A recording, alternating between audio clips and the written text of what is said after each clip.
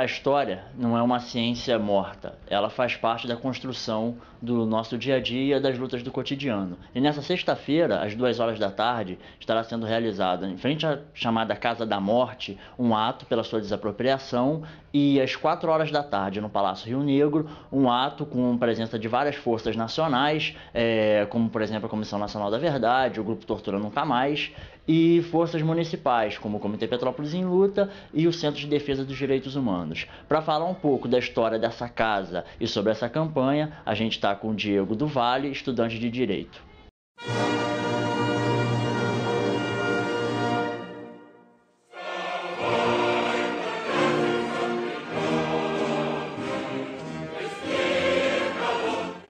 E bem, falando um pouquinho da Casa da Morte, ela é um centro de tortura localizado aqui na cidade de Petrópolis, mais especificamente no bairro do Caxambu, na rua Arthur Barbosa, número 120.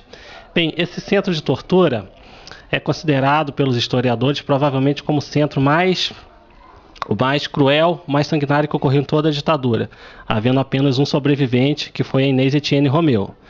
Falam-se em mais ou menos 22 desaparecidos políticos, dentre eles o deputado Rubens Paiva, que provavelmente foi trazido para cá morto e teve o corpo não sabemos ainda se ele foi incinerado, se foi levado para algum cemitério clandestino. Diego, e a ideia de desapropriar essa casa surgiu quando, onde, como que o Centro de Defesa dos Direitos Humanos pensou nessa campanha e veio conduzindo até os dias de hoje? Então, isso é uma iniciativa do Centro de Defesa que começou em 2010, mais especificamente no dia 1º de dezembro de 2010, quando no auditório da FASE, da Faculdade de Medicina, ocorreu uma cerimônia em comemoração ao lançamento do livro Brasil Nunca Mais, aos 25 anos do lançamento desse livro. E lá foi exposto um abaixo-assinado e um protesto, um pedido para que a casa fosse desapropriada e posteriormente transformada em um centro de memória. Até porque o primeiro registro que nós temos, que nós visualizamos na literatura, está no Brasil Nunca Mais. Um trecho dos documentos do Supremo Tribunal Militar, que foram microfilmados e transcritos posteriormente nesse livro. E lá nesse livro existe o relato da Inês Etienne, de quando ela foi trazida para a casa de Petrópolis e da tortura que ela sofreu nesse período em que esteve aqui na casa de Petrópolis. São documentos colhidos a partir da Justiça Militar, num processo bem elaborado, que foi conseguido nessa época, com colaboração de várias pessoas, microfilmagens desses documentos, transcritos posteriormente nesse livro. Então, nesse livro, é o primeiro relato sobre a Casa da Morte, mais assim numa literatura. E a partir disso, por comemorar esses 25 anos de lançamento, houve essa proposta do Centro de Defesa pela desapropriação da casa e transformação no local de memória. A gente inclusive já participou de manifestações em conjunto, o Comitê Petrópolis em Rua na Luta, nas praças e tal, os vários cineclubes que o Centro de Defesa promoveu, e a gente percebe que a população petropolitana tem tido uma surpresa muito grande ao saber da existência desse centro de torturas, que, como você disse, foi um dos principais centros de tortura da ditadura militar. Qual o papel que você acha que cumpre para a história de Petrópolis a transformação dessa casa num centro de torturas, assim, para acabar com aquela ideia de que a cidade imperial, de que a elite é sempre boazinha e tal, quando a gente tem aqui justamente um elemento da repressão e um elemento tão marcante? Então, exatamente para contextualizar isso daí, eu posso contar uma experiência pessoal. Ainda em 2010, quando eu não estava no CDDH, recém-chegado em Petrópolis para fazer a faculdade, eu fui participar desse evento e, a partir disso, tomei conhecimento da existência da Casa da Morte, que também não sabia, até por não ser da cidade. E eu e um amigo resolvemos visualizar onde era essa casa. E nós fomos andando lá perto da UCP, porque a primeira informação que a gente tinha, que era uma subida em frente à UCP, talvez pela Buenos Aires, a gente não sabia muito bem. E pegando informação de várias pessoas, me surpreendeu um senhor já de idade, 60, 70 anos mais ou menos, que eu perguntei: o senhor por acaso já ouviu falar que aqui funcionou um centro de tortura na época do regime militar e tal? A gente gostaria de saber onde é, o senhor já viu algum comentário? E assim, eu achei meio surpreendente o tom que ele disse, meio que com um certo, digamos, orgulho da própria ignorância.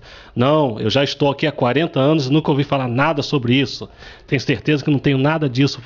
tenho certeza que não há nada disso por aqui. E eu fiquei refletindo sobre isso, quantas pessoas às vezes não querem buscar o conhecimento verdadeiro do que tem ocorrido na história, preferem simplesmente ignorar, deixar para lá. Tendo isso em vista, quais são os trâmites legais para a desapropriação da casa, ou seja, como essa campanha vai se desenvolver, qual o objetivo estratégico e qual é o papel da população? A população de Petrópolis deve estar lá presente nesse ato? Perfeito. Respondendo à primeira questão, existe uma base legal sim para a desapropriação. Nenhum ato, por exemplo, o primeiro ato do prefeito, já o decreto de desapropriação, foi temerário, foi arbitrário. Para isso existe o decreto-lei número 3.365, de 21 de junho de 1941, que dispõe sobre a desapropriação de imóveis em função do interesse público. E a gente pode observar no artigo 5º, que está escrito: consideram-se casos de utilidade pública. A gente vai lá na linha L e lê: a preservação e conservação adequada de arquivos, documentos e outros bens móveis de valor histórico ou artístico. Penso que a Casa da Morte se encaixa perfeitamente nessa questão da preservação do bem de valor histórico. E então a desapropriação tem uma previsão legal perfeita, vai ser feita conforme o trâmite legal. Desculpa te cortar, mas o primeiro passo para a campanha, inclusive, já teve uma vitória, né? Com o decreto do prefeito Paulo Mostrange no mês de agosto, não foi isso? Perfeito. O decreto foi o primeiro passo rumo à desapropriação. A partir disso vai se desenvolver o processo. Agora tem que se fazer a avaliação do imóvel para o devido ressarcimento do morador. O imóvel vai ser avaliado, ele vai ser ressarcido antes de sair do imóvel, obviamente. Ele não vai ter prejuízos quanto a isso. E se, por um acaso, ele considerar o imóvel, a avaliação dada ao imóvel não suficiente, achar um valor inferior ou algo nesse sentido, ele pode esgotar as vias judiciais, recorrer da sentença, apelar, esse tipo de coisa, para conseguir a reconsideração desse valor, discutir judicialmente esse valor para que chegue num valor adequado, ele consiga receber esse valor e saia do imóvel. Saia do imóvel sendo ressarcido, obviamente. Bom, obrigado, Diego. Parabéns pela campanha puxada pelo Centro de Defesa dos Direitos Humanos e pelo projeto do Centro de Referência em Direitos Humanos. Contamos com a população de Petrópolis nesse ato para a gente resgatar a história de Petrópolis, que vai além da cidade imperial. Até a próxima.